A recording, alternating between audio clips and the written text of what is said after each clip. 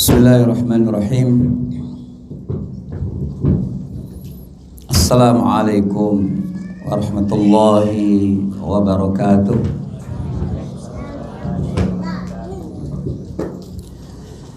Innal hamdalillah nahmaduhu wa nasta'inuhu wa nastaghfiruh wa na'udzu billahi min shururi anfusina wa sayyiati a'malina. Man yahdihillahu fala mudilla lahu wa may yudlil fala hadiya lahu. Asyhadu an la ilaha illallah wahdahu la syarika lah wa asyhadu anna Muhammadan abduhu wa rasuluhu la nabiyya wa la rasula ba'dah.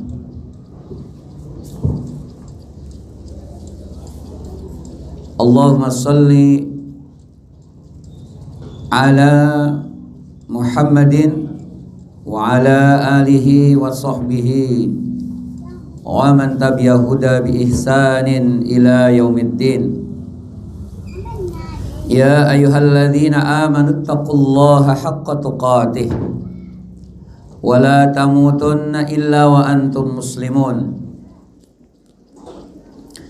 Ya ayyuhalladzina amanu taqullaha wa qulu qawlan sadida yuslih lakum a'malakum wa yaghfir lakum dhunubakum wa may yuti'illaha wa rasulahu faqad faza fawzan 'azima. Amma ba'd. Fa inna astaqal hadithi kitabullahi wa khairal hadayi hadayi Muhammadin sallallahu alaihi wa alihi wasallam wa syarral umuri muhdatsatuha fa inna kulla muhdatsatin bid'ah wa kulla bid'atin dhalalah wa kulla dhalalatin finnar. Hadirin rahimakumullah, kita kembali bersyukur kepada Allah Subhanahu wa ta'ala. Allah kembali pertemukan kita di rumahnya yang penuh dengan keberkahan. Semoga Allah menambahkan taufik dan hidayahnya kepada kita semuanya. Salawat dan salam mudah-mudahan senantiasa dicurahkan kepada Nabi kita Muhammad sallallahu alaihi wa alihi wasallam, di mana beliau bersabda sebagaimana di dalam kitab Sahih Bukhari dan Sahih Muslim dari Ibnu Mas'ud radhiyallahu anhu annahu qala sa'altu Rasulullah sallallahu alaihi wa alihi wasallam ayyul amali afdalu. Kata Ibnu Mas'ud, semoga Allah ridha kepada beliau, aku bertanya kepada Rasulullah sallallahu alaihi wa alihi wasallam, ayyul amali afdal, apa amalan yang paling afdal, yang paling utama? Qala, Nabi sallallahu alaihi wasallam bersabda, as-salatu ala waqtiha. Yang pertama adalah salat pada waktunya, salat tepat pada waktunya. Qultu, aku kembali bertanya, thumma ay, kemudian apa yang lainnya Rasulullah? Qala, kata Nabi sallallahu alaihi wasallam, birrul walidaini, berbakti kepada kedua orang tuanya. Qultu, kemudian aku bertanya kembali, thumma ayun, apalagi kemudian ya Rasulullah? Qala, Beliau menjawab, al-jihadu fi sabilillah, jihad di jalan Allah. Inilah 3 amalan yang paling utama di mana Rasulullah sallallahu alaihi wasallam memberikan jawaban kepada sahabatnya yang merupakan pelajaran buat kita semuanya. Yang pertama, agar kita menjaga sholat, menjaga waktunya, kehusukannya, ketertibannya. Kemudian yang kedua, birrul walidaini, berbakti kepada kedua orang tua. Maka hendaknya kita senantiasa memperhatikan masalah berbakti kepada ibu dan ayah kita, di mana itu merupakan amalan yang paling afdol. Bahkan ketika ditanya lagi, Nabi sallallahu alaihi wasallam menjawab yang ketiga adalah al-jihadu fi sabilillah, berjihad di jalan Allah. Sebagaimana kita ketahui merupakan perkara besar, menghapus semua dosa, dan dia langsung masuk ke dalam surga, bahkan tidak melewati alam kubur. Tapi rupanya ada yang lebih dari itu, yaitu berbakti kepada ibu dan bapak. Nah, kemudian di atasnya lagi adalah salat pada waktunya. Barakallahu fikum. Ini adalah rangkaian penjelasan apa yang ditanyakan oleh para sahabat ketika Allah Subhanahu wa ta'ala melarang kita melakukan kesyirikan, kemudian diperintahkan untuk berbakti kepada kedua orang tuanya. Maka sahabat bertanya, ayyu dzambin a'dzam, apa dosa yang paling besar? Qala, kata Nabi sallallahu alaihi wasallam, an taj'ala lillahi niddan wa huwa khalaqaka. Kamu menjadikan untuk Allah itu ada tandingan-tandingan, sekutu. Artinya berbuat kemusyrikan. Wa huwa khalaqaka, sementara Allah yang telah menjadikan kalian. Kemudian kemudian yang lain apa ya Rasulullah, dosa yang paling besar? Kalau tadi amalan yang paling besar, kata Nabi sallallahu alaihi wasallam, an taqtula waladaka, kamu membunuh anak-anak kamu, khasyatan, karena takut, ayat maka makan bersama kamu. Dan yang ketiga apa ya Rasulullah? Antuzani halilatajarika, berzina dengan tetangga kamu. Baik, kemudian kemarin kita merangkaikan dengan ayat yang lain sehubungan dengan ayat yang ke-151 ya, surah Al-An'am. Maka kemudian ada di dalam surah yang lain di mana Allah Subhanahu wa taala berfirman, qul innama harrama rabbiyal fawahisha ma dhahara minha wa ma batan. Hanyalah Allah mengharamkan perbuatan fawahish yang nampak maupun yang tersembunyi, wal isma, kemudian ism. Jadi ada fahisyah, kemudian meningkat al ismu, kemudian wal baghyu atau wal baghya bi ghairil haq. Kemudian yang keempat, wa an tusyriku billah melakukan perbuatan syirik. Dan yang kelima, dan ini puncak daripada dosa, wa an taqulu 'alallahi ma la ta'lamun, kamu berkata-kata mengatasnamakan Allah, berkata-kata tentang Allah, tentang syariat Allah, ma la ta'lamun, apa yang kamu tidak tahu. Tidak tahu apanya, sumbernya. Maka kemarin kita urutkan menurut ulama dosa dari yang paling bawah kemudian yang paling puncak. Yang pertama apa? Yang pertama dosa apa? Fahisyah. Apa? Apa itu fahisyah? Perbuatan keji.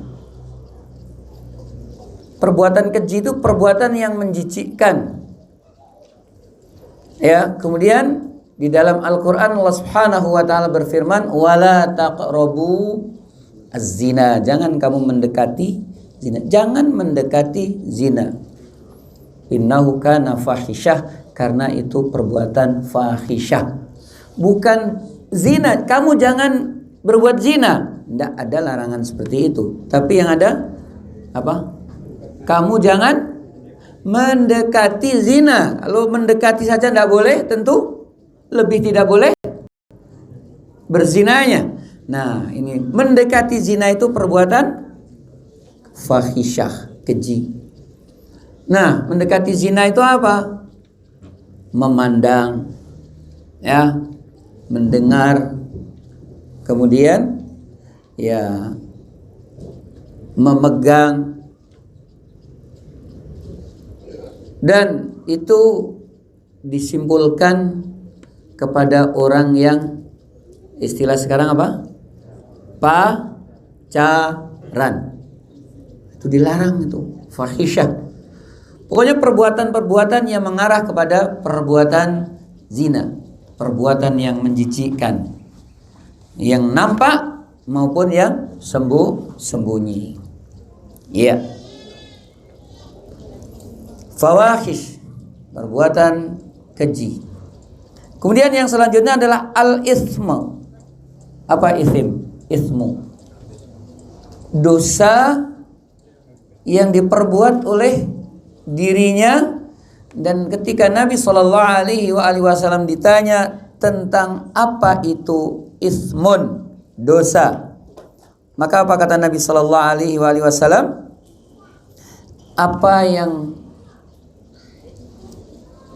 hati kita merasa resah dan gelisah dan tidak mau orang lain melihat. Antum hafalkan itu, antum hafalkan. Jadi memang yang namanya pengajian itu dibutuhkan usaha untuk faham. Ini urut-urutan dosa. Tadi fahisyah, kemudian ism. Nah, ism atau dosa, bukan ism tapi pakai tha. Apa yang kamu ragu-ragu dan apa? Tidak mau dilihat orang, itu dosa. Jadi kalau kita ini hatinya resah dan gelisah, ini ada sesuatu. Ini boleh atau tidak ya? Tanya pada dirinya sendiri. Hatinya resah enggak?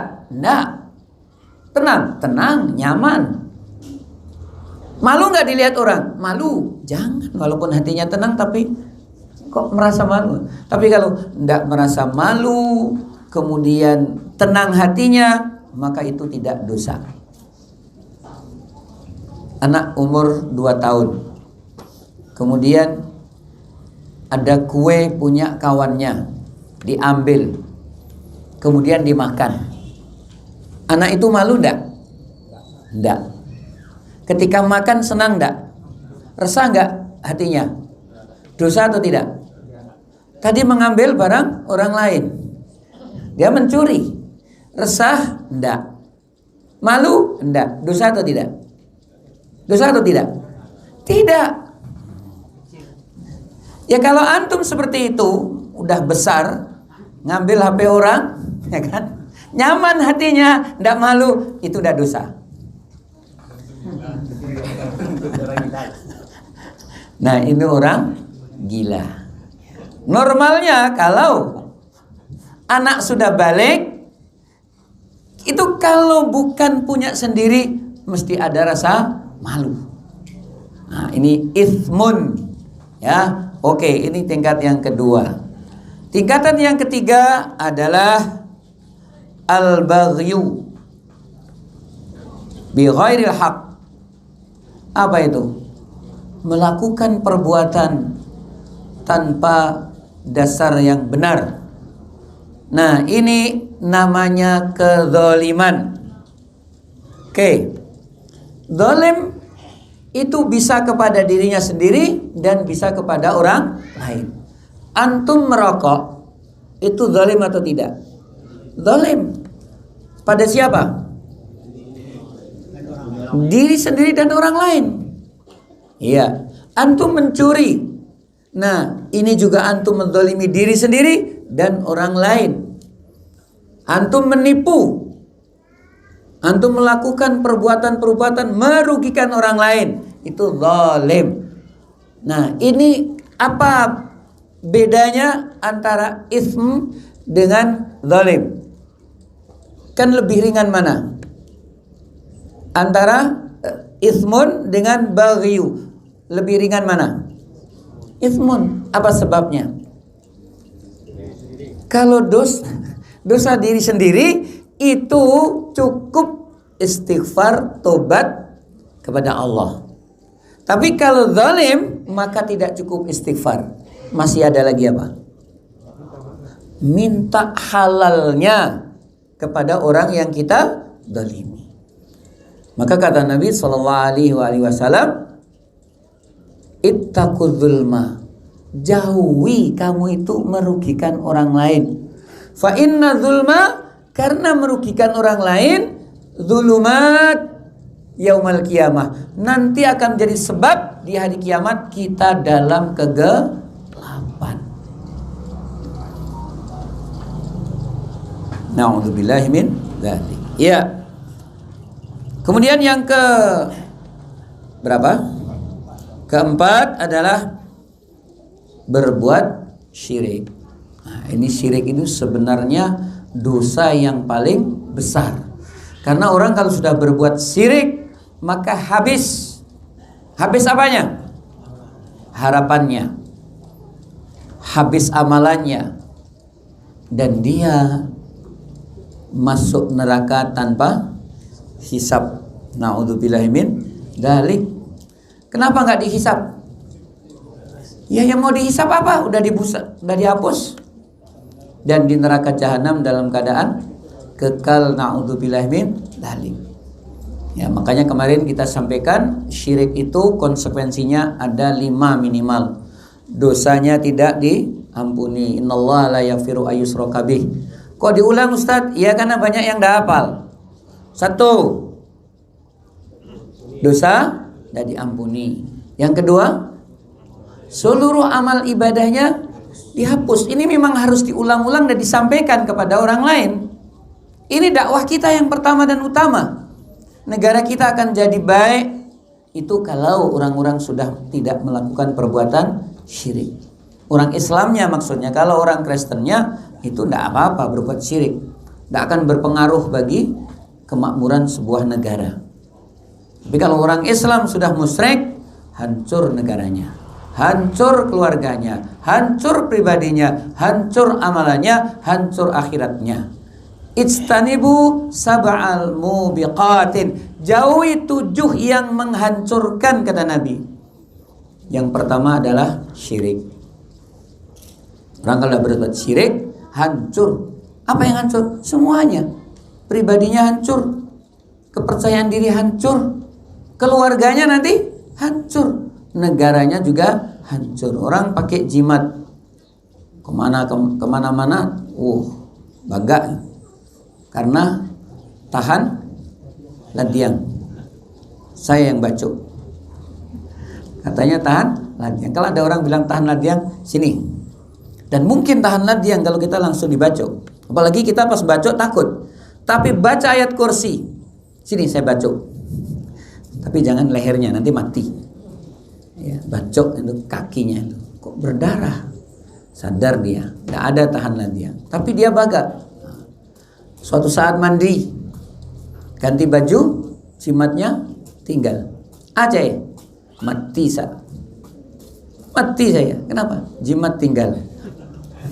Langsung mati. Itulah orang kalau musyrik, hancur semuanya. Na'udzubillah min dzalik. Dosa nggak diampuni, amalan habis. Yang ketiga, haram masuk surga. Haram masuk surga, tidak boleh. Bahkan wajib masuk neraka, dan di neraka khalidina fiha, kekal di dalamnya. Dan dia punya gelar.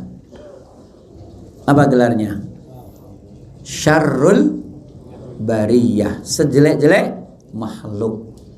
Kalah sama mencik. Sejelek-jelek makhluk. Syarrul bariyah. Ulaika hum syarrul bariyah. Mereka itu sejelek-jelek makhluk. Na'udzubillahi min dzalik. Iya. Tetapi ternyata ada dosa yang di atas dosa. Dosa besar di atas dosa besar. Apa itu? An taqulu 'alallahi ma la ta'lamun. Kamu berbicara mengatasnamakan Allah, berbicara tentang syariat Allah. Ini halal, ini haram. Padahal tanpa dasar ilmu. Kok bisa lebih tinggi dari perbuatan syirik? Iya, kalau syirik ditanggung sendiri. Kalau orang yang berbicara tentang Allah, itu dia sudah sesat, menyesatkan orang lain. Jadi yang sesat banyak. Iya, barakallahu fikum. Cukup insyaallah. Jadi urut-urutan dosa tadi ada berapa tadi? 5. Pertama, fahisyah. Kemudian ithmun. Yang ketiga, baghyun. Yang keempat, syirik. Yang kelima, bicara tentang Allah padahal tidak ada ilmunya. Barakallahu fiik. Lanjut insyaallah taala pada ayat yang ke-152.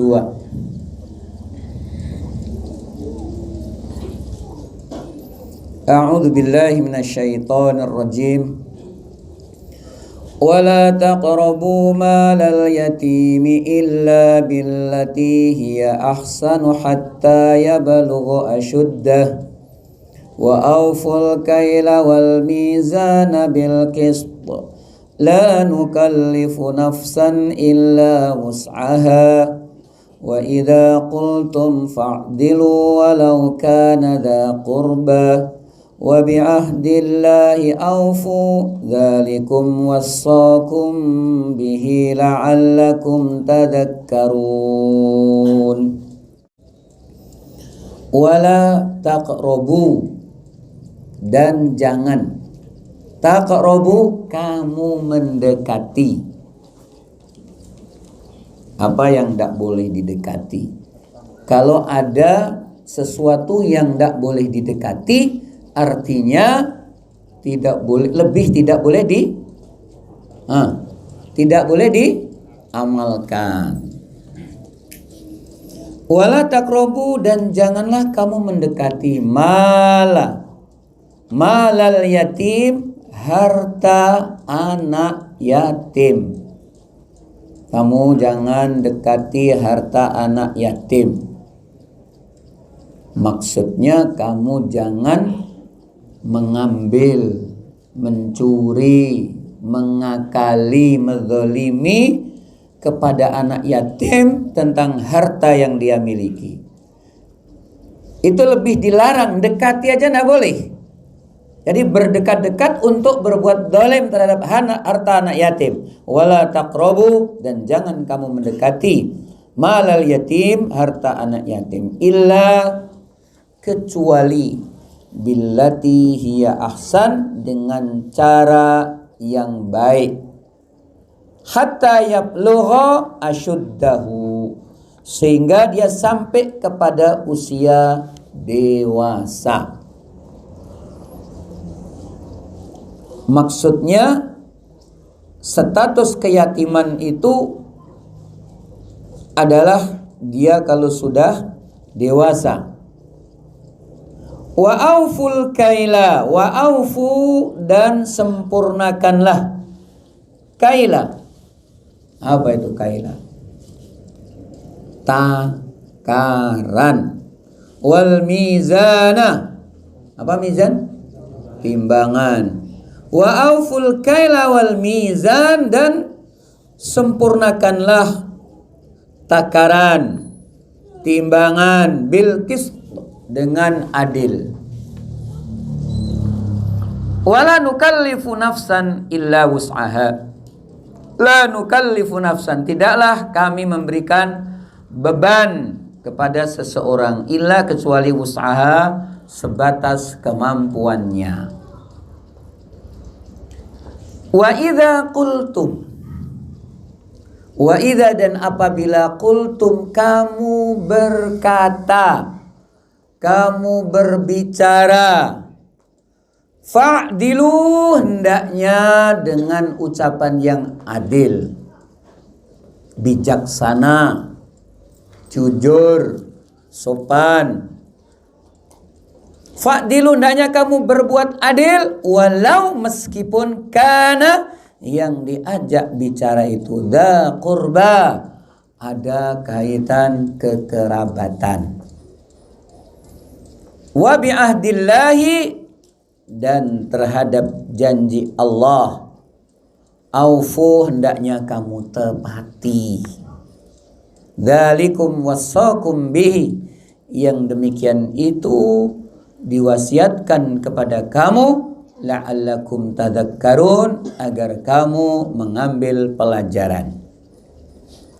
Kita ulang kembali ya. Wala taqrabu malal yatim, janganlah kamu mendekati harta anak yatim, illa billati hiya ahsan, kecuali dengan cara yang baik. Hatta yablughu asyuddah, sampai anak itu dewasa.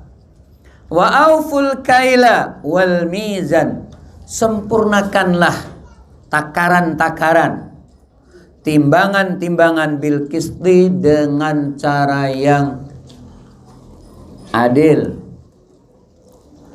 Kalau nimbang, kalau nakar, itu hendaknya sempurna.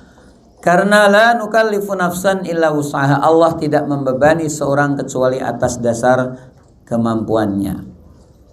Wa idza qultum, apabila kamu berbicara, fa'dilu, hendaknya kamu berbicara dengan adil. Walau kana dza qurba, walaupun itu berbicara kepada keluarganya atau kerabat dekat. Wa bi'ahdillahi aufu, dan dengan janji Allah itu hendaknya kamu tepati. Dzalikum, yang demikian itu, wassakum bihi la'allakum tadhakkarun, yang diwasiatkan kepada kamu agar kamu menjadi orang yang mengambil pelajaran. Coba perhatikan beberapa poin-poin ya yang merupakan larangan dan perintah Allah. Satu apa? Jangan mendekati harta anak yatim. Yang kedua? Apa yang kedua? Menyempurnakan takaran dan timbangan. Kemudian yang ketiga apa? Kalau berbicara hendaknya dengan cara yang adil. Nah, ini ada 3 poin yang merupakan perintah yang di dalamnya ada larangan, atau larangan yang juga sekaligus itu perintah. Jangan, ini larangan, mendekati harta anak yatim. Kemudian hendaknya kamu menimbang, menakar dengan cara yang jujur. Kemudian yang ketiga, hendaknya kamu berbicara dengan pembicaraan yang adil, walaupun yang diajak bicara itu kerabat. Masih ada satu lagi, apa? Wa bi'ahdillah, dan terhadap janji Allah, maka aufu, hendaknya kamu sempurnakan. Baik. Qala Atha ibnu Sa'ib an Sa'id bin Jabir dari Ibnu Abbas radhiyallahu anhu. Qala, Ibnu Abbas mengatakan, lamma anzalallahu, ketika Allah menurunkan ayat wala taqrabu malal yatim illa billati hiya ahsan, janganlah kamu mendekati harta anak yatim kecuali dengan cara yang baik. Ketika ayat ini turun, ya, maka fantalaqa man kana indahu yatim, maka orang-orang pada pulang. Begitu mendengarkan ayat itu, para sahabat langsung lari pulang ke rumahnya. Sahabat siapa yang pulang ke rumah? Kana indahu yatim, yang di rumahnya ada anak yatim. Yang di rumahnya ada anak yatim. Karena di dalam Al-Quran itu ada ayat wala taqrabu malal yatim, jangan mendekati harta anak yatim. Kemudian juga dikatakan innal ladzina ya'kuluna amwalal yatama dzulman, sesungguhnya orang-orang yang makan harta anak yatim dengan cara yang batil, maka dia diancam begini, mereka lari pulang ke rumah. Mereka di sini orang-orang yang di rumah ada anak yatim. Kemudian mereka memisahkan, fa'azala ta'amahu min ta'amihi wa syarabihi min syarabih. Kemudian langsung di rumah, ini yang punya anak yatim, ini yang punya anaknya sendiri, ini minuman untuk yang yatim, ini minuman yang untuk anak sendiri. Selama ini campur, untuk anaknya, untuk anak yatim campur. Begitu turun ayat ini, maka kemudian para sahabat yang di dalam rumah ada anak yatim langsung pulang. Dan setelah itu, kenapa para sahabat itu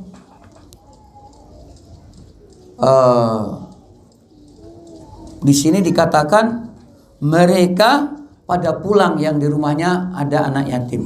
Karena memang para sahabat itu banyak memelihara anak yatim, paling bersemangat kalau ada anak yatim. Di antaranya memang anak yatim itu langsung dibawa ke rumahnya untuk asuh, atau dia menikahi siapa? Ibunya, dan sekaligus ibunya itu membawa anak yatim. Anaknya 10, berarti di rumah ada anak yatim 10. Banyak seperti itu. Maka ketika turun ayat ini, kalau antum misalnya turun ayat ini, antum santai aja karena di rumah nggak ada anak yatim. Kalau para sahabat itu di rumah banyak anak yatim. Begitu ada orang yang meninggal suaminya, udah mereka kepingin langsung menikahi. Karena menikahi seorang yang ditinggal mati suaminya itu seperti jihad. Makanya mereka pulang untuk memisahkan kepemilikan anaknya atau pribadinya dan kepemilikan daripada anak-anak yatim. Sampai-sampai ya, karena yang punya anak yatim itu tidak boleh campur, maka sering terjadi makanan-makanan yang punya anak yatim itu sisa dan basi. Makanya merasa berat, kok gini repot ya. Ini kemarin yang anak yatim, yang anak kita nggak boleh makan ini. Akhirnya kalau kayak gini gimana ini? Sering basi, sering buang makanan. Maka fadzakaru dzalika li Rasulillah SAW. Maka dilaporkan sama Nabi, diadukan, gimana Rasul, repot kalau kayak gini. Anak-anak kami kecil-kecil, apa yang dimakan yang sebaya tentu dia makan. Bahkan kemarin kita pisah yang punya anak yatim dengan anak kita, akhirnya nggak kemakan jadi basi. Fa anzalallah, maka Allah Subhanahu wa ta'ala menurunkan ayat, wa yas'alunaka 'anil yatama qul islahul lahum khair wa in tukhalituhum fa ikhwanukum. Ini Allah Subhanahu wa ta'ala menurunkan ayat. Dan kamu bertanya tentang anak yatim. Katakanlah Muhammad, ya, bertanya mereka kepada kamu tentang anak yatim. Katakanlah islahul lahum khair, berbuat baik kepada anak yatim itu sangat terpuji, sangat baik. Wa in tukhalituhum fa ikhwanukum, dan ketika kamu bercampur, makanannya bercampur, anak-anak kamu juga tidurnya jadi satu dengan anak yatim, fa ikhwanukum, mereka itu sebenarnya adalah saudara-saudara kamu. Akhirnya sekarang makan bersama, pakaiannya juga dipakai bersama, dan seterusnya. Kita bayangkan anak-anak kecil-kecil kadang tertukar kaosnya, kadang makannya bajamba, baduo dan sebagainya. Maka alhamdulillah turun ayat itu. Kemudian qala fa khalitu ta'amahum bi ta'amihim, maka mereka biasa seperti sebelum turun ayat yang pertama. Ikhwan fiddin rahimakumullah, ada kata-kata hatta yablugha asyuddah, sampai anak itu dewasa. Maka di sini dijelaskan oleh para ulama, sebenarnya yang dimaksud dengan anak yatim itu yang mana? Iya. Ibnu Syikit dia mengatakan, jadi kalau yatim itu artinya itu adalah, kalau secara bahasanya fardun. Fardun itu sendirian, ya. Fardun itu sendirian, padahal sebelumnya tidak sendiri. Sebelumnya sama siapa? Sama siapa? Bukan sama ibunya, sama ayahnya. Tuh. Ibunya nggak dianggap. Maksudnya di sini yang melindungi, yang mencarikan nafkah itu bapaknya. Ya, makanya ketika yang melindungi itu meninggal, maka dia fardun, yatim sendirian. Itu secara bahasa. Kemudian Ibnu Syikit mengatakan al yatimu finnas, kata yatim itu hanya berlaku untuk manusia. Min kibalil ab, ketika ditinggal oleh bapaknya. Ya. Wa fil bahaimi, maka untuk binatang itu tetap disebut yatim ketika kibalil kalau mati apa? Induknya. Jadi kalau ada ayam jantan sama ayam betina kawin, bertelur, kemudian ada anak. Kemudian anak ayam itu disebut yatim. Kalau yang mati ibunya. Bukan yang mati bapaknya. Kenapa ayam itu dikatakan yatim kalau mati induknya? Karena apa? Yang mencarikan, yang melindungi anak itu adalah induk. Yang mencari nafkah adalah induk. Nah sekarang untuk manusia dikatakan yatim kalau kematian ayahnya. Karena yang memberi nafkah, yang bertanggung jawab nafkah, melindungi adalah siapa? Bapaknya. Jadi jangan dibalik. Ya, ini yatim, kenapa? Ibunya tidak ada lagi. Loh, kok gitu? Ya selama ini yang mencarikan makan adalah ibunya. Nah, maka yang seperti itu kayak ayam. Ada? Hah? Banyak. Tidak boleh. Jadi yang mencarikan nafkah itu adalah suami. Nah, istri gimana? Membantu. Seperti itu. Iya. Maka al yatimu finnas, yatim itu untuk manusia, min kibaril ab, ketika bapaknya tidak ada. Wa fil bahaim, adapun untuk binatang, min kibaril ketika induknya tidak ada. Wala yuqal liman faqadal minan nas yatim, maka tidak dikatakan untuk orang yang kematian ibunya ya disebut yatim, itu tidak ada. Kemudian para ulama juga memberikan definisi al-yatim bi annahu man mata abuhu wa huwa dunul bulugh. Ini ditambah lagi. Sebab kalau tadi cuma definisinya anak yatim adalah anak yang ditinggal mati oleh bapaknya. Berarti saya sudah yatim. Udah kumisan dibilang yatim. Nah, makanya ulama menyebutkan al-yatim, yang dimaksud yatim bi annahu karena dia man mata abuhu, meninggal bapaknya, wa huwa pada waktu itu dunul bulugh, dia belum baligh. Nih. Nah, ada hadis yang mengatakan, nah, dihafalin kita. Ini hadis ya, sebab kadang-kadang kemarin ada ustadz, ini ada kotak infak ditujukan untuk anak yatim.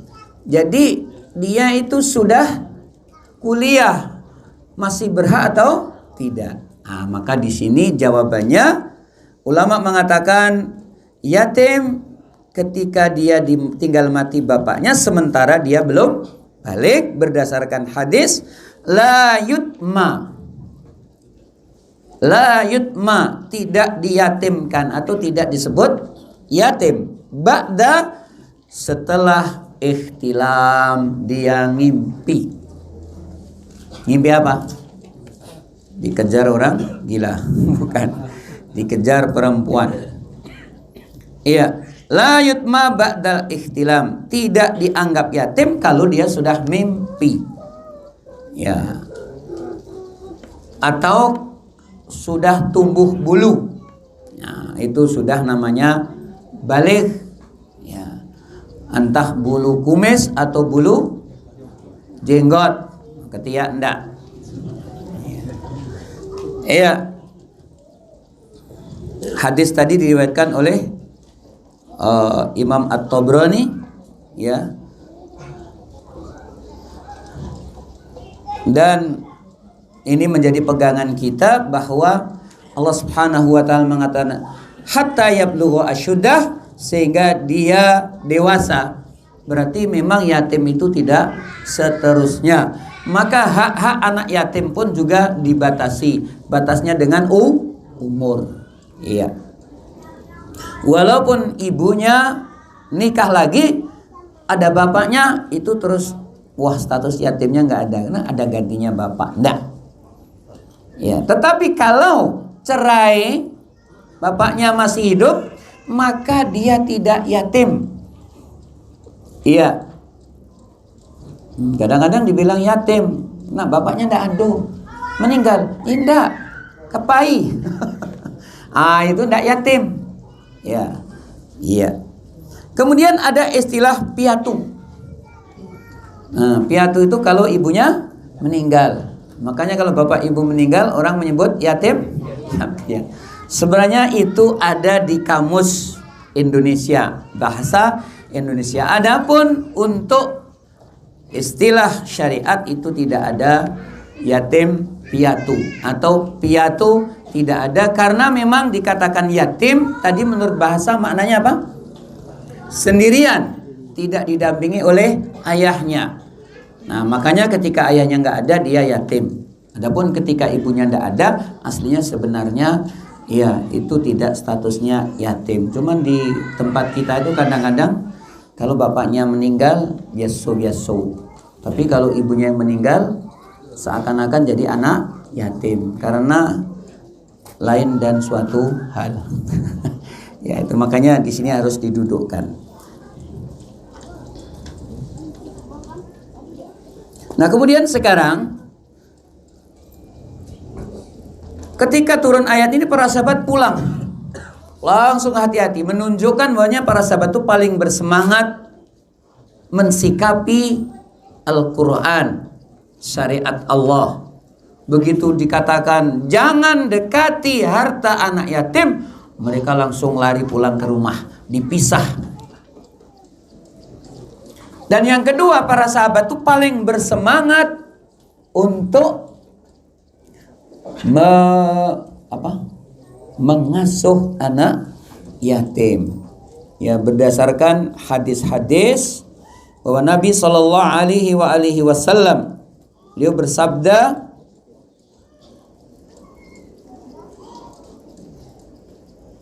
man masaha ra'sa yatimin lam yamsahhu illa lillahi kana lahu bikulli sya'ratin marrat alaiha yaduhu hasanatun. Siapa yang mengusap kepala anak yatim, siapa yang mengusap kepala anak yatim, lam yamsahhu illa lillahi, dan dia mengusap ini karena Allah, ya, maka kana lahu, bagi orang yang mengusap tadi, bikulli sya'ratin marrat alaiha, setiap rambut yang tangannya lewat di atasnya, yaduhu, tangannya, hasanatun, maka ada satu kebaikan. Diusap, ya kan? Makanya itu setiap rambut yang ada di tangannya itu rambut atau di atasnya tangan, itu makanya ada hasanatun, kebaikan-kebaikan. Waman ahsana ila yatimatin au yatimin, dan siapa yang berbuat baik kepada yatimah, anak yatim perempuan, au yatimin, atau anak yatim laki, indahu, maka baginya, kuntu ana wa huwa fil jannah, maka dia dan aku nanti bersama-sama di surga, kahataini wa farqa baina usbu'aihi sababah wal wusta. Nabi SAW mengatakan nanti di surga dia begini dengan aku. Artinya apa? Dekat, menjadi tetangga Nabi Sallallahu Alaihi Wasallam. Iya, makanya kita harus bersemangat untuk menolong orang-orang yang membutuhkan. Salah satunya adalah anak yatim, ya, termasuk juga ibunya, ya. Ibunya diapain? Dicarikan atau dinikahkan. Yang pertama. Yang kedua, itu kalau suaminya meninggal itu yatim. Kalau tidak meninggal itu tidak yatim. Iya. Tapi kalau cuman mengusap ini kayaknya kurang pas ya. Ngusap terus ngasih duit. Cuman ngusap saja, dia juga bosan. Ngapain tiap hari ngusap? Ngapain? Sini nak, mau saya usap. Wah, senang. Rupanya cuman ngusap saja. Ya sambil ngasih fulus, kan begitu. Ya. Ngusapnya pengen jadi. Iya, itu namanya ada batu di atas udang, kan begitu ya. Iya. Barakallahu fikum. Kemudian, dan ini hadis ini alhamdulillah ini sahih ya, tadi yang tentang mengusap ini diriwayatkan oleh Imam Ahmad. Kemudian ada hadis yang lain, dan ada yang mengatakan hadis ini tidak sahih, tapi tidak mengapa ya, kita sampaikan ya, mudah-mudahan bermanfaat bagi kita, karena ini tidak ada kaitannya dengan akidah. Abu Hurairah radhiyallahu anhu mengatakan, anna rajulan syaka ilan Nabi sallallahu alaihi wasallam. Abu Hurairah mengatakan ada seseorang mengadu kepada Nabi. Apa yang diadukan? Ya Rasulullah, qaswatun. Ini ada kekerasan. Qaswatun qalbihi. Qaswata qalbihi, hatinya itu keras. Hati keras itu apa? Susah menerima nasihat, petunjuk. Ini keras. Orangnya lunak. Dipukul langsung jatuh, ngomong halui. Tapi kalau dinasehati, beleng. Itu namanya hatinya keras. Rupanya orang-orang seperti itu sebenarnya tuh sadar itu. Ya. Kamu jangan habis-habiskan waktu. Waktu itu mahal. Rupanya dia beleng aja, itu namanya hatinya keras. Nah, ada orang mengadu kepada Nabi. Ya memang beruntung ada Nabi mengadu, nasihat keluar dari mulut yang mulia sallallahu alaihi wasallam, atau kadang-kadang didoakan. Kan ada laki-laki yang mengadu sama Nabi. Anak muda, ya Rasulullah, izinkanlah aku berbuat zina. Mengadu kan. Kata Nabi SAW, sini. Kamu kok kayak gitu, tidak boleh. Langsung didoakan. Apa doanya? Ini nggak pernah mendoakan. Doakan para pemuda, anak-anak kita. Apa doanya? Allahumma tahhir qalbahu.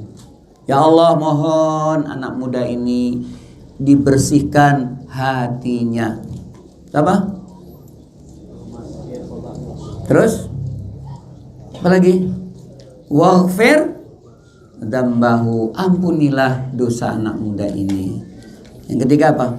Wahassin apa? Farjahu, tolong ya Allah anak muda ini dijaga kemaluannya. Nah, setelah itu pulang dia sudah nggak ada kepingin berbuat zina lagi. Iya. Ketika seorang mengadu kepada Nabi Shallallahu Alaihi Wasallam tentang kerasnya hati, faqal, maka diberi nasihat, ya, amsah ra'sal yatim wa emil miskin. Ini usap kepala anak yatim dan beri makan untuk orang miskin. Sebenarnya dalam mengusap anak yatim itu ada sisi-sisi kejiwaan.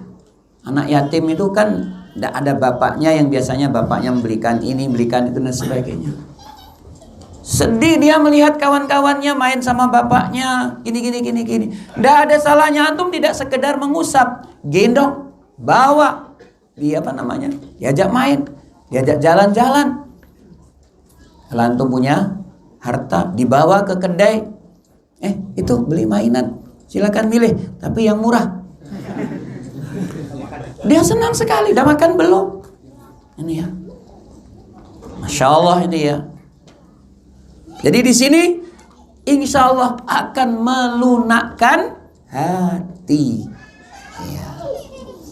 Kemudian juga hadis lain, seseorang mengadu kepada Nabi Shallallahu Alaihi Wasallam tentang kekerasan hati, maka dikatakan kepada orang tersebut, in aratta talyina qalbik, kalau kamu kepingin melunakkan hatimu, ini wahai para yang keras hatinya, in aratta talyina qalbika, kalau kepingin kamu lunak hatinya, fa'at imil miskin wa amsah ra'sal yatim, beri makan kepada orang miskin dan usap kepala anak yatim. Nah, ini sekedar tentang siapa status yatim. Yang kedua, ya, supaya kita mendapatkan pahala, maka asuhlah anak yatim, bahkan nanti di surga akan gandeng sama Nabi Shallallahu Alaihi Wasallam. Malahan sampai kita itu disuruh, ya, menyentuh kepala anak yatim, ya. Nah, alhamdulillah tadi dijelaskan anak yatim itu umurnya umur balik ke atas sudah nggak yatim, sehingga tidak sembarangan udah anak gadis karena nggak ada bapaknya terus diusap, ditampar, itu kan nggak boleh. Barakallahu fikum. Nah, selanjutnya sekarang dikatakan illa billati ya ahsan, kita tidak boleh mendekati harta anak yatim. Maksud mendekati di sini adalah untuk menzalimi. Jadi yang namanya mengasuh anak yatim, memelihara anak yatim itu, jadi kita dihilangkan dulu image, gambaran anak yatim ini anak yang tidak punya apa-apa. Salah. Anak yatim itu anak yang tidak punya ayah, sementara mungkin hartanya banyak, sehingga terancam diambil oleh pamannya, tetangganya, dan sebagainya kan. Nah, tampillah kita untuk mengelola harta mereka. Nah, kalau itu berupa pala, ya kalau diserahkan sama anak yatim tentu dia tidak ngerti apa-apa. Kelapanya nanti dipakan, ikut dan sebagainya. Kita langsung tampil. Nah, kamu ke rumah saya, mana pala bapakmu? Terunjukkan. Nah, akhirnya dikelola. Ya, kelapanya dipanenkan, dijualkan. Terus sawahnya dicarikan orang yang mau garap. Ya, kemudian nanti biayanya ditunaikan dan seterusnya. Ini kita diperintahkan untuk memperhatikan kebutuhan anak yatim itu, termasuk dia sudah usia sekolah, dicarikan sekolah. Kemudian diambilkan dari hartanya. Karena kadang-kadang yang mengelola anak yatim, harta anak yatim itu orang miskin. Tapi dia punya kewajiban, barangkali anaknya tidak sekolah karena dia tidak mampu. Tapi anak yatim itu yang kita asuh itu kaya, carikan sekolahan yang bagus. Seperti itu. Nah, ini diperintahkan kita yang disebut dengan memelihara anak yatim. Nah, ini image anak yatim itu tidak punya apa-apa. Salah. Anak yatim itu tidak punya bapak, sementara dia masih kecil, masih butuh bimbingan, arahan dari orang yang dewasa. Kita menggantikan posisi bapaknya. Nah, seperti itu. Nah, di sini dikatakan wala taqrabu malal yatim, jangan kamu dolimi, diakali, dijual, dia cuma dikasih sedikit tabungannya dan sebagainya. Tidak boleh. Illa billati hiya ahsan, kecuali dengan cara yang ma'ruf. Maknanya apa? Kita boleh makan harta anak yatim, tapi dengan cara yang kira-kira bisa diterima akal. Contoh, ya, anak yatim punya pala yang banyak, kelapanya banyak, kemudian dipanen. Nah, makanya kita pun juga boleh mengambil yang muda, 1, 2. Itu ya, kita juga boleh masak 2, 3. Itu ndak apa-apa. Bukan seperti tadi langsung dipisah sama sekali, ndak boleh. Ndak. Tapi dengan cara yang patut, untuk sekedar saja itu boleh. Ya, yang ndak boleh itu kalau manipulasi, mengakali, menzalimi. Tapi kalau sekedarnya, maka itu dibolehkan. Sekedarnya maknanya apa tadi? Ala kadarnya, jangan secukupnya, nggak pernah cukup. Ya, jadi bukan kok ini dijual untuk beli motor. Kalau memang dia butuh motor karena ngantar anak ke sekolah, boleh. Seperti itu. Dan nanti hatta yablugha asyuddahu, sampai dia dewasa. Kalau sudah dewasa, maknanya sudah paham. Dia punya pala, punya harta ini, dan dia sudah ngerti, maka diserahkan. Iya. Kemudian ada yang mengatakan bahwasanya yang namanya anak yatim, kata As-Saddi, hatta yablugha 30 sanah. Kalau dia umur 30 tahun. Wakila ada yang mengatakan 40 sanah, 40 tahun. Wakila 60 sanah, dia mengatakan 60 tahun. Wa hadza kulluhu ba'idun hahuna. Wallahu a'lam. Ini semuanya tidak benar.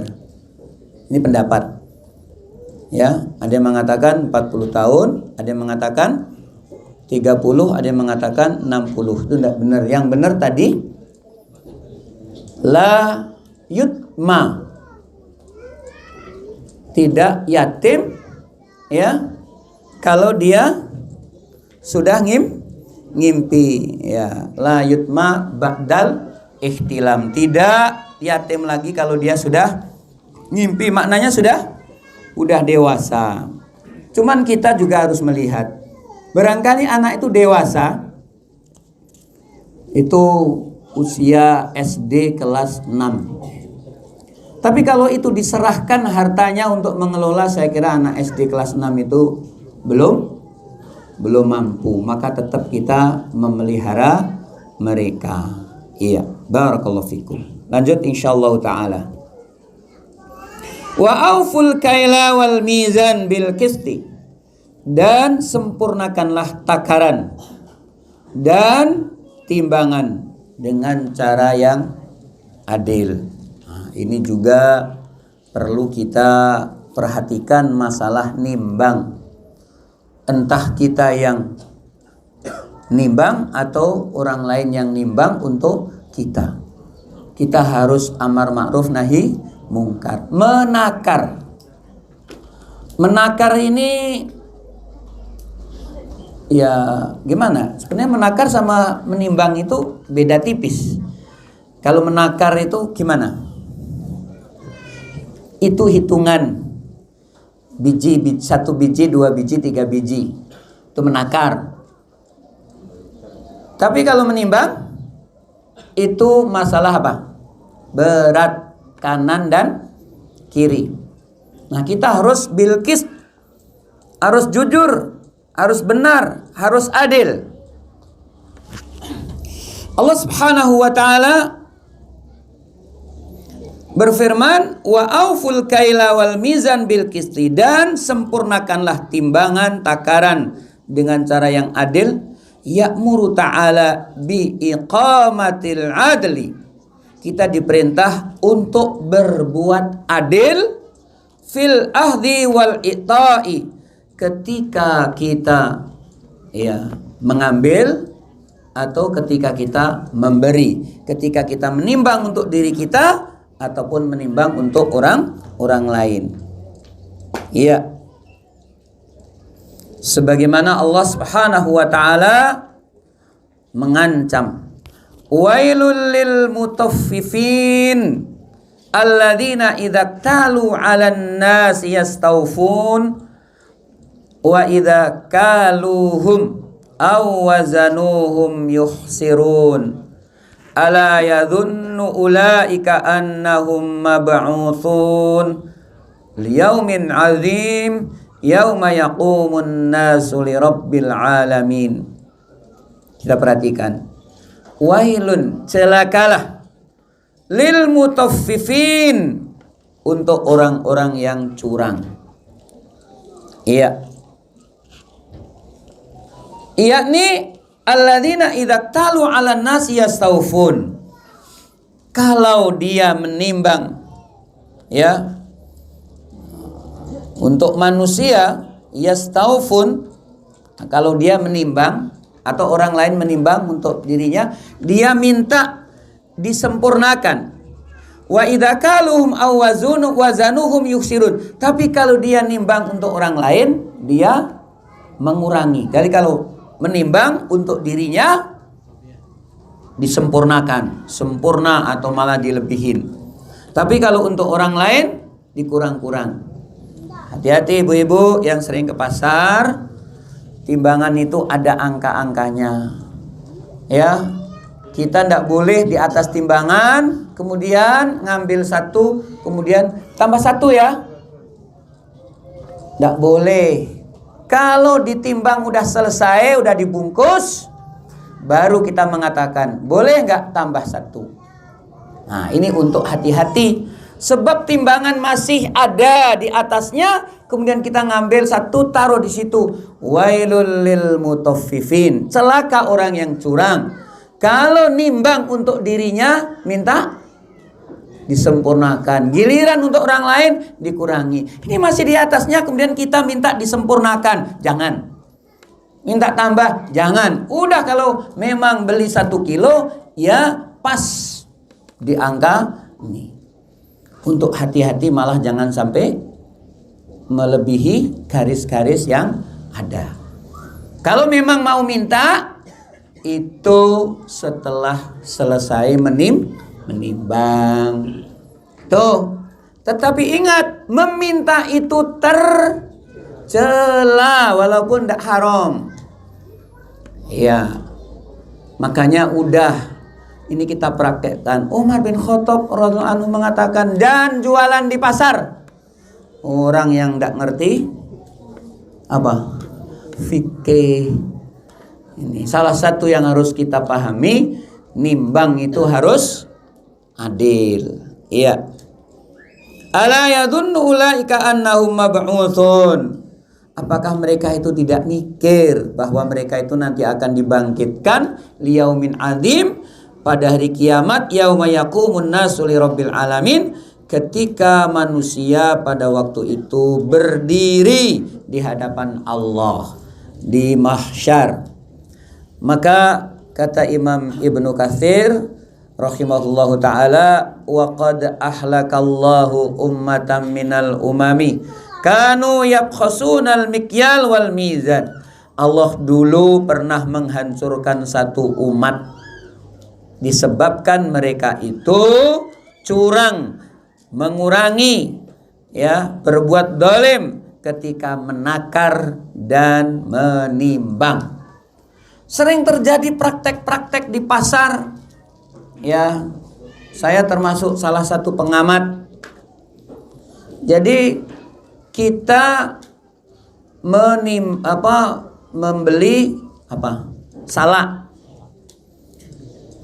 terus dikasih asoy, kemudian kita ngambil itu kan. Nah, udah perkiraan itu salak itu 1 kilo udah cukup atau mungkin lebih, karena nanti bisa diambil.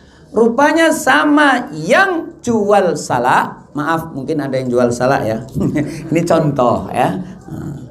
Itu rupanya ditambahi. Tapi ditambahi yang jelek-jelek. Diasut tambahi. Tentu ketika ditimbang akan berlebih. Bahkan lebihnya sangat. Nah, di saat itu yang menjual ngambilin kelebihannya. Tapi yang diambil yang bagus-bagus. Ini praktek di pasar. Na'udzubillahi min dzalik. Tolong kalau ada seperti itu ditegur. Bu, jangan kayak gitu. Pak, jangan kayak gitu. Nih. Ya. Karena Allah Subhanahu wa taala menghancurkan satu kaum karena mereka mempraktekkan kecurangan dalam menakar dan menimbang.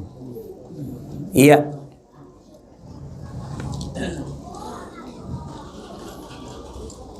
Lanjut. La nukallifu nafsan illa wus'aha. Tidaklah kami memberikan beban kepada manusia sebatas kemampuannya. Maka di sini dikatakan, ya, seseorang yang sudah berusaha, nimbangnya sudah cukup, nakarnya sudah pas, tapi kok salah, maka itu namanya tidak sengaja. Jadi Allah Subhanahu wa taala mengatakan la nukallifu nafsan illa wus'aha. Ya, kalau itu tidak sengaja itu dimaafkan. Kemudian wa idza qultum, kalau kamu berbicara fa'dilu, hendaknya kamu berbicara dengan cara yang baik, yang adil. Walau kana dza qurba, walaupun yang diajak bicara itu adalah kerabat. Bahkan kepada orang yang tidak kita sukai, musuh pun, orang kafir, tetap kita kalau berbicara harus dengan cara yang adil. Berbicara ini hubungannya dengan apa? Lisan. Salamatul insan fi hifdzil lisan. Selamatnya orang itu tergantung bagaimana dia menjaga lisan. Iya. Nabi sallallahu alaihi wasallam beliau mengatakan la yastaqimu imanu 'abdin hatta yastaqima qalbuhu. seseorang itu imannya tidak akan istiqomah kecuali hatinya istiqomah. Ini jadi hati itu sangat penting. Kemudian wala yastaqimu qalbuhu hatta yastaqimu lisanuhu, dan hati juga tidak akan istiqomah kecuali lisannya juga istiqomah. Wala yadkhulu rajulul jannah, seseorang tidak akan masuk surga. Siapa? La ya'manu jaruhu bawa'iqah, seseorang yang tetangganya susah gara-gara kita. Saya yakin, saya pastikan antum semuanya punya tetangga. Kalau tetangga kita merasa tidak aman, tidak nyaman, maka kita dikatakan Nabi SAW tidak akan masuk surga. Artinya apa? Ketidaknyamanan tetangga itu nanti akan dituntutkan untuk kita, baru kita boleh masuk surga. Dalam hadis lain, tidak beriman orang yang tetangganya masih tidak nyaman. Bukan kita mengganggu tetangga, kita tidak mengganggu, tapi tetangga terganggu. Ini Nabi mengajak kita introspeksi. Ya, yang punya sapi introspeksi, sapinya ganggu ndak? Yang punya kambing ganggu nggak tetangganya? Yang punya radio terganggu nggak tetangganya? Ibu jemur pakaian, kita jemur di teras kita, tapi teras kita itu sebelahnya jendela tetangga. Tolong jemurannya dipilah, ya. Jangan pas di dekat jendela itu barang-barang yang tidak nyaman dilihat, ya. Dan jangan di depan jendela itu selimut yang mahal. Wah, itu nanti pamer. Pokoknya kita ini harus menjaga perasaan tetangga. Rupanya kenyamanan tetangga menjadi tolak ukur iman seseorang. Yuk kita introspeksi. Tetangga terganggu enggak? Enggak Ustadz, tapi saya yang diganggu. Sabar. Makanya kita berdoa, Allahumma inni a'udzubika min jaris su'. Ya Allah, aku berlindung kepada Engkau dari tetangga yang buruk. Kemudian Rasulullah SAW mengatakan, idza asbaha ibnu Adam fa innal a'dha'a kullaha tukaffirul lisan. Jika anak Adam itu masuk di waktu pagi, maka sungguhnya semua anggota badan berkata kepada lisan. Anggota tubuh kita ini di waktu pagi itu ngomong sama lisan. Fatakul, apa katanya? Wahai lisan, ittaqillaha fina.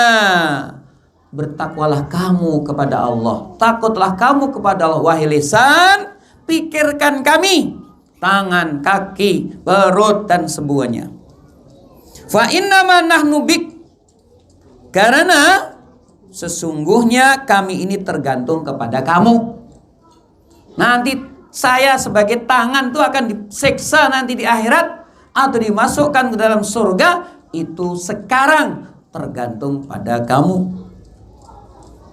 Fa in istaqamta istaqamna wa in wajadta wajadna. Iya. Jika engkau istiqomah, ya kami istiqomah. Jika engkau nyimpang, kami pun juga nyimpang. Nah, ini pagi hari ini lisan udah dikasih nasihat. Nih, lisan tuh suka memberi nasihat, rupanya pagi hari dapat nasihat. Iya. Kemudian hadis yang lain, man li ma baina lihyaihi wa ma baina rijlaihi atman lahul jannah. Siapa yang memberi jaminan kepadaku, kata Nabi, apa yang ada di antara dua rahangnya? Apa itu? Lisan. Dan apa yang ada di antara dua kakinya? Apa itu? Kemaluan. maka atmanu lahul jannah, aku menjamin masuk surga. Lisan harus dijaga, kemaluan juga harus dijaga.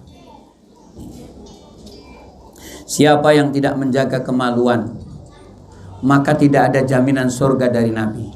Siapa yang tidak mau menjaga lisan, maka juga Nabi tidak memberi jaminan.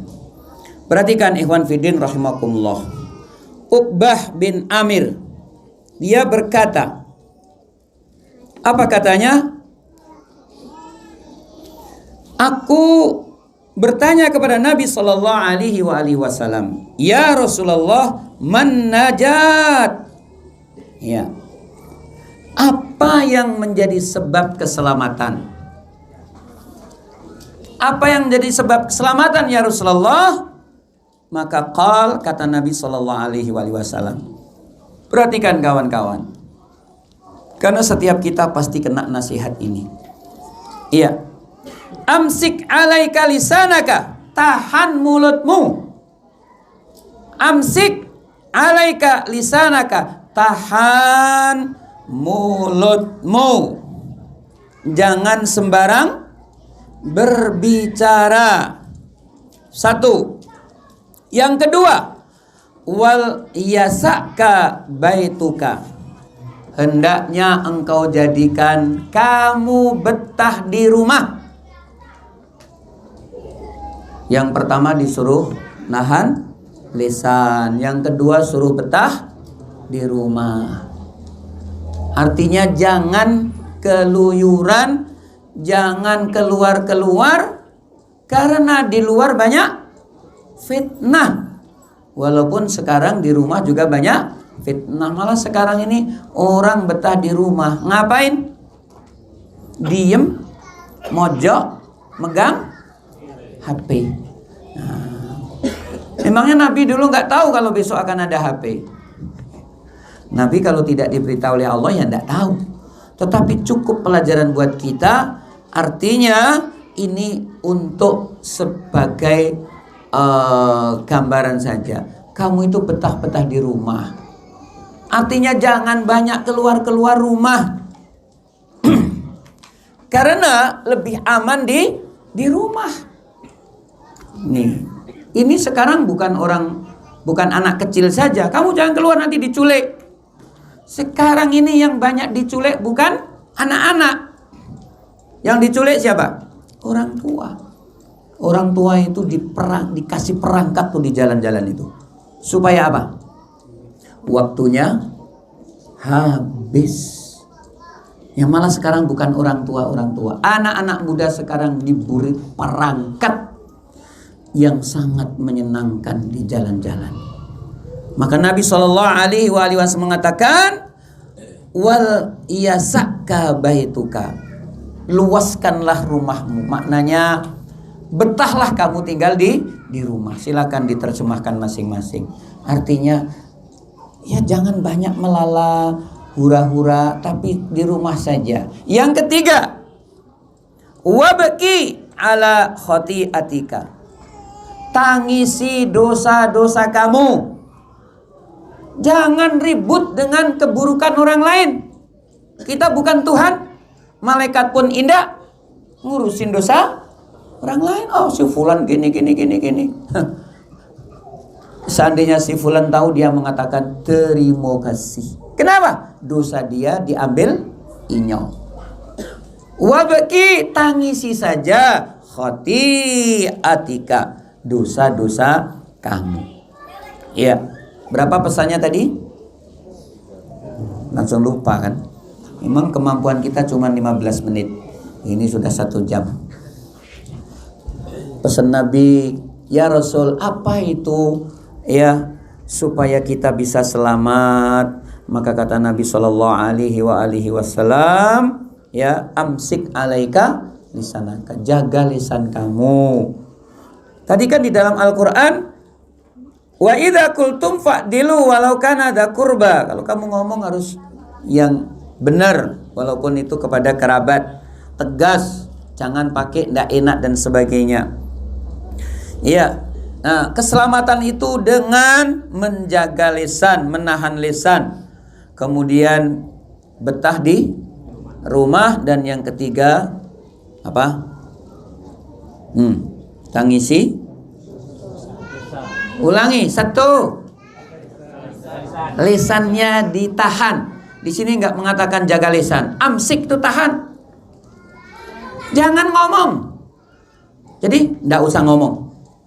Gimana? Diem aja. Kenapa? Nggak ada gunanya. Ada gunanya, baru ngomong. Mau ngomong, jangan ngomong. Mau ngomong, jangan ngomong. Kok dilarang ngomong? Nanti rugi kamu. Tapi perlu ngomong. Kenapa? Ada manfaatnya, baru ngomong. Kalau enggak, jangan. Iya. Susah Ustadz, betul. Kemudian Nabi SAW, beliau juga dimintai nasihat. Ya Rasulullah, alimni, ajari aku, wa aujiz, tapi yang simple. Nah, ini yang bertanya ini orang yang sibuk, orang yang ya memang pas-pasan, dan dia cerdik ini. Ya Rasul, ajari aku sesuatu, tapi yang simple. Untuk Nabi keluar dari mulutnya yang mulia tidak pernah simple. Ucapannya simple tapi kandungannya sangat luas. Namanya jawami'ul kalim. Ajari aku ya Rasul, tapi yang singkat, yang padat, yang jelas. Kata Nabi SAW. Apalin juga ini Bapak Ibu.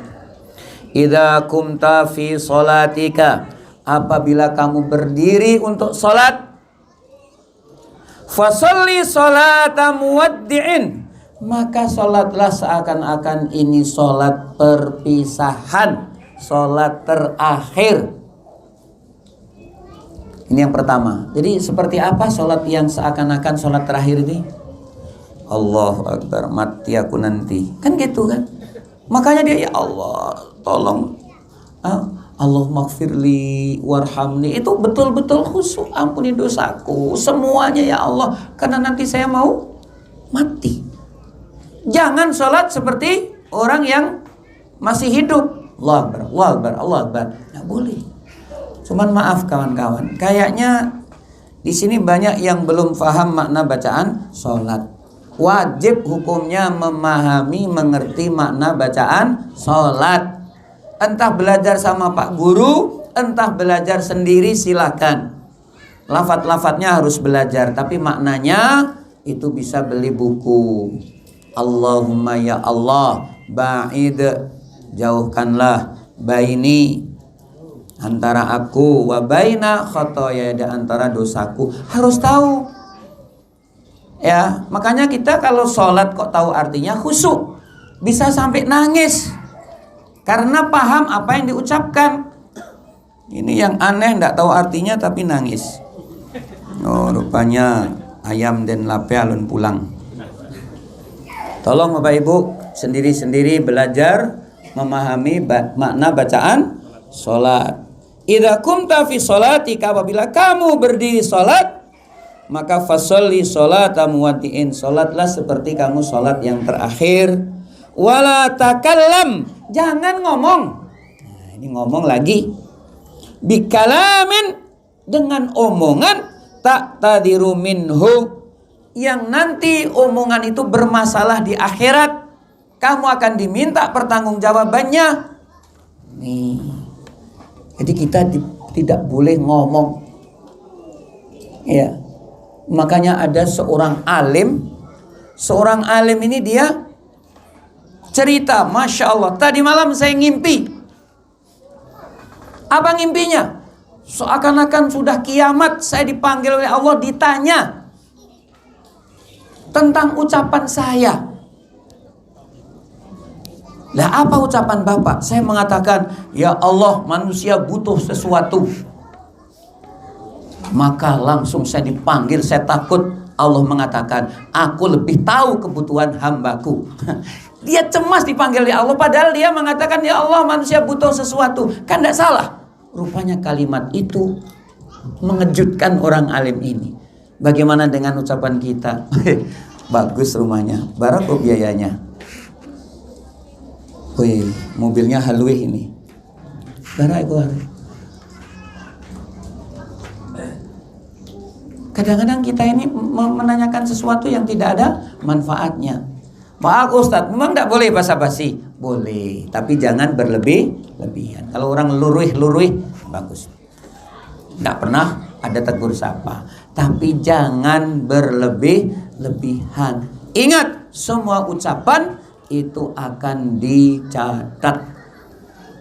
Sebab kadang-kadang kita duduk ngobrol yang tidak gunanya itu. Dan itu kadang-kadang menjadi kebiasaan. Tapi orang yang tidak mengaji, kalau seperti ini kita takut. Kadang-kadang ibu-ibu duduk, satu bilang apa? Woi, itu loh gelangnya bagus. Oh, yang satu bilang itu palsu.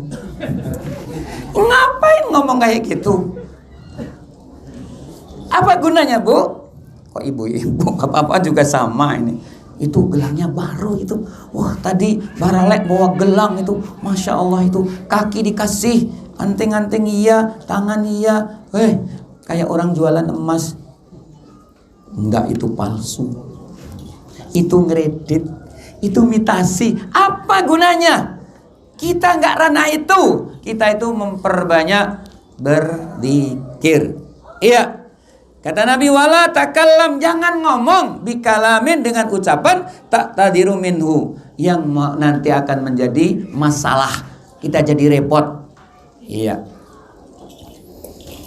Wa atsmi al-yasa amma fi aidi. Yang ketiga kata Nabi SAW, kumpulkan semua bentuk keputusasaan dari mengharap sesuatu dari manusia. Jadi kumpulkan rasa putus asa dari berharap kepada manusia. Tapi tidak boleh berputus asa berharap kepada Allah, tapi kepada manusia. Pokoknya kita berputus asa, artinya manusia itu tidak bisa memberi apa-apa. Ini jangan pernah berharap kepada manusia, nanti kita pasti kecewa. Iya. Ya, saya kira ini aja dulu, sudah siang. Kita lanjut untuk pada pertemuan yang akan datang, yakni wa bi ahdillahi aufu, dan dengan janji Allah hendaknya kita sempurnakan. Ya, poin hari ini kita bahas tentang anak yatim dan bagaimana kita memelihara anak yatim serta pahala-pahalanya. Kemudian sedikit masalah menakar dan menimbang. Dan ini hubungannya dengan jual beli. Kawan-kawan tidak usah ngoyo, tidak usah rakus dalam jual beli itu. Itu menyangkut masalah rezeki. Kalau kita jujur, maka kita rezekinya berkah. Tapi kalau kita tidak jujur, maka keberkahan itu hilang. Salah satu yang dilarang adalah sumpah. Sumpah dalam jual beli mempercepat transaksi, tapi menghilangkan berkah. Makanya ketika kita jual beli tidak usah pakai sumpah. Apalagi sumpah palsu. Wah, ini masuk dalam kategori dosa besar. Jual beli sumpah palsu dosa besar. Wallahu a'lamu bissawab. Subhanakallahumma bihamdika asyhadu an la ilaha illa anta astaghfiruka wa atubu ilaik. Assalamualaikum warahmatullahi wabarakatuh. Silakan kalau ada yang mau disampaikan ditulis. Ustaz, jika sudah terlanjur berbuat dolim kepada orang lain dan tidak bertemu lagi dengan orang yang didolimi, apa yang harus dilakukan, Ustaz? Iya, ini memang berat. Aisyah radhiyallahu anha mengatakan, siapa yang berbuat dolim kepada seseorang, segera minta halalnya. Berbeda dengan kamu berbuat dosa kepada Allah, cukup istighfar tobat. Tapi siapa yang berbuat dolim merugikan kepada sesama, segera minta halal. Karena Nabi SAW mengatakan, ittaqul dzulma fa inna dzulma dzulumat yaumal qiyamah. Jauhi berbuat dolim, karena siapa yang berbuat dolim nanti di akhirat dia akan mendapati kegelapan. Siapa yang pernah mengambil sejengkal sepadan batas, ada batasnya digeser, maka nanti akan dilipatkan 7 lapis bumi. Dia mungkin ngambilnya cuma 5 cm, tapi nanti 5 cm itu ke bawah 7 lapis bumi dikalungkan nanti di akhirat. Na'udzubillahi min dzalik. Dan dia kesana kemari mau nyari orang yang pernah dizalimi untuk diminta halalnya, itu di akhirat. Na'udzubillahi min dzalik. Makanya segera minta dimaafkan.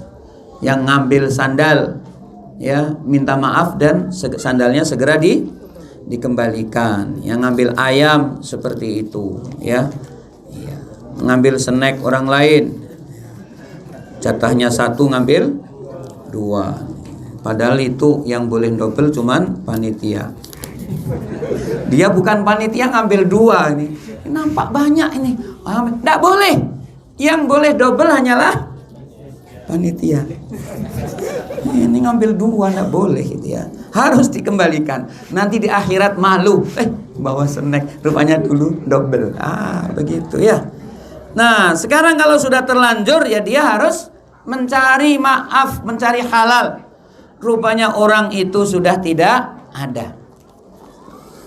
Ya tentu kita tidak bisa minta maaf. Kalau seperti itu, la yukallifullahu nafsan illa wus'aha. Ya udahlah, kita kan ada ahli warisnya.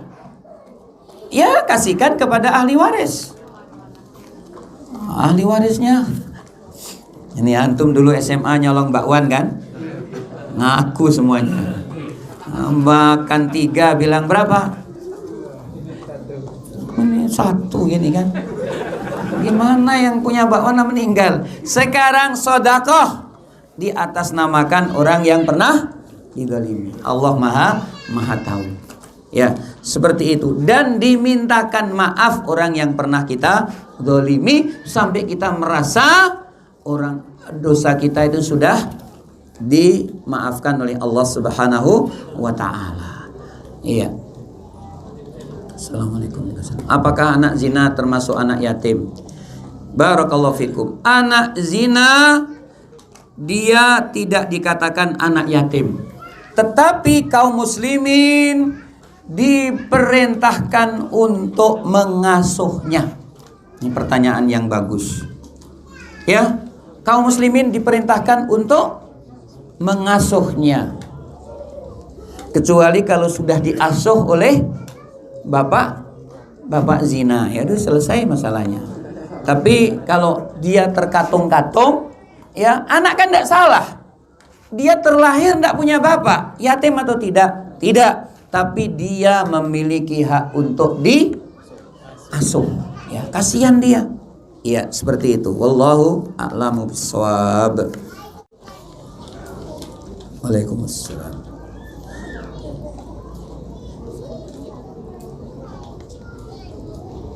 Apa hukumnya memperbanyak karya seseorang tetapi sudah mendapatkan izin dari orang yang bersangkutan? Hukumnya boleh, ya, hukumnya boleh. Bahkan orang yang punya karya itu dia mendapatkan pahala. Tapi kalau tidak izin, maka dia namanya mencuri, itu hukumnya haram.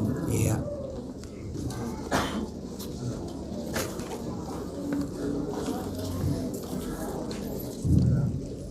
Apakah wasiat dari Allah di atas harus wajib bagi kita atau bagaimana statusnya? Kalau wasiat orang tua yang sudah mati itu juga menjadi amanah atau la yukallifullahu nafsan illa wus'aha. Iya. Di sini wasiat Allah kepada hambanya tidak berbuat musyrik, berbuat baik dengan orang tua, tidak boleh membunuh dan seterusnya ya. Sempurnakan timbangan, berbicara adil dan lain-lainnya. Apakah wasiat dari Allah di atas wajib dikerjakan hukumnya? Jawabannya iya. Dzalikum wassakum bihi la'allakum tadhakkarun. Ya ini diwasiatkan kepada kamu. Wasiat itu apa? Wasiat itu satu perintah yang harus dikerjakan. Wasiat orang ke anak, orang tua ke anak aja wajib dikerjakan, kecuali kalau wasiat jelek. Tapi kalau apalagi itu wasiat dari Allah Subhanahu wa taala, itu maka hukumnya adalah wajib, tidak boleh ditinggalkan.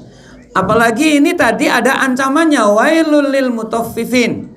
Celakalah orang-orang yang curang. Nah, berarti dia kalau tidak menjalankan wasiat tadi berarti dosa besar. Iya.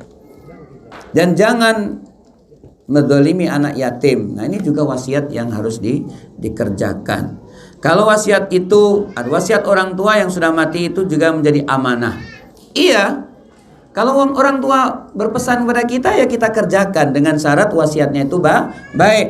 Nah, rupanya wasiatnya apa? Nanti kalau saya mati, ya buatlah masjid, ya kan? Rupanya kita miskin, maka itu tidak mampu, maka tidak mengapa. Tapi kalau mampu, hukumnya wajib. Nanti kalau saya mati, ya itu kambing itu disembelih. Karena hari raya kurban masih setengah bulan, saya matinya kayaknya besok. Nah, makanya dikerjakan. Baik. Kalau tanaman yang cabangnya mengganggu tetangga bagaimana Ustadz? Mudah-mudahan gak nyindir saya kan. Kalau tanaman yang cabangnya mengganggu tetangga bagaimana Ustadz? Ya itu termasuk imannya kurang itu. Makanya harus ditanyakan sama tetangga. Wahai tetangga, ini pohon ini gimana? Kita potong atau tidak? Nggak usah. Karena kalau dipotong itu nanti jadi panas. Nah, itu sepakat. Tapi ini kita punya pohon, terus dahannya ke atap orang, sampahnya ke situ, itu mesti yang punya rumah tidak suka. Ini keimanan kita berkurang. Makanya untuk menjaga keimanan kita, udah jangan sampai ke situ. Kalau itu buah dan sayang kita mau motong, kita harus kompromikan sama yang punya rumah. Dan sebenarnya menurut fikih itu yang kesini itu adalah hak yang rumahnya kena itu.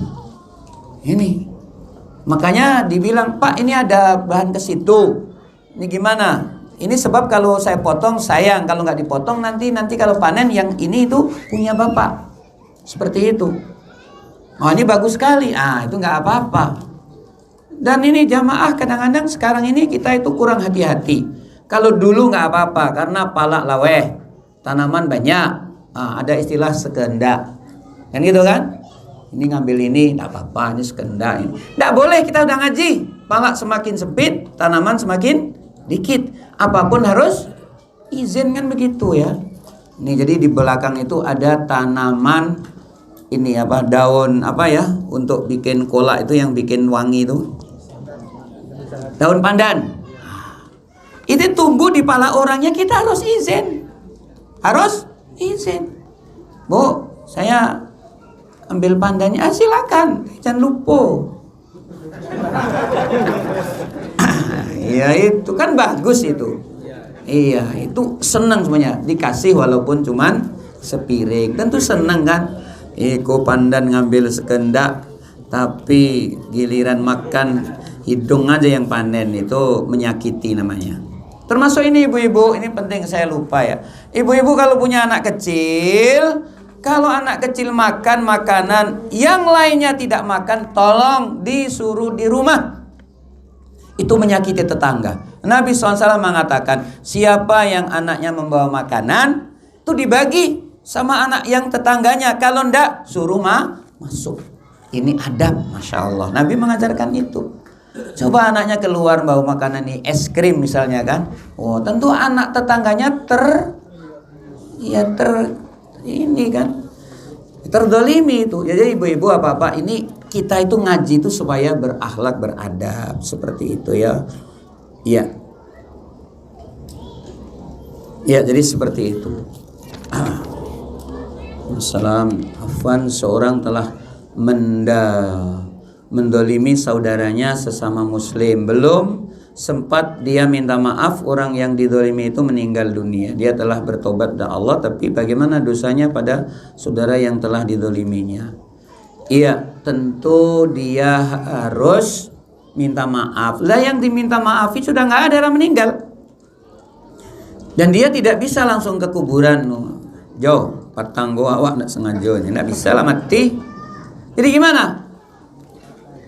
Kita doakan orang yang kita dolimi itu. Kita doakan, dia pasti punya dosa. Ya Allah, tolong Semua dosa, dia jangan bilang sedikit dosanya, semua dosanya diampuni ya Allah. Dulu saya pernah berbuat dolim sama dia. Nah kemudian ya kita melakukan sedekah. Kalau itu memang berupa benda itu dikasihkan kepada ahli warisnya atau keluarga di situ. Atau kalau memang tidak mungkin, kita sedekahkan atas nama orang yang pernah kita zalim. Tapi kalau yang dimaksud menzalimi menyakiti hati, maka tidak bisa karena sudah meninggal. Ya, sekarang kita hanya bisa mendoakan dia dan memintakan ampun. Iya. Wallahu a'lam bishawab. Cukup sampai di sini. Mudah-mudahan Allah memberkahi kita semuanya. Wabillahi taufiq wal hidayah. Subhanakallahumma bihamdika asyhadu an la ilaha illa anta astaghfiruka wa atubu ilaik. Assalamualaikum warahmatullahi wabarakatuh.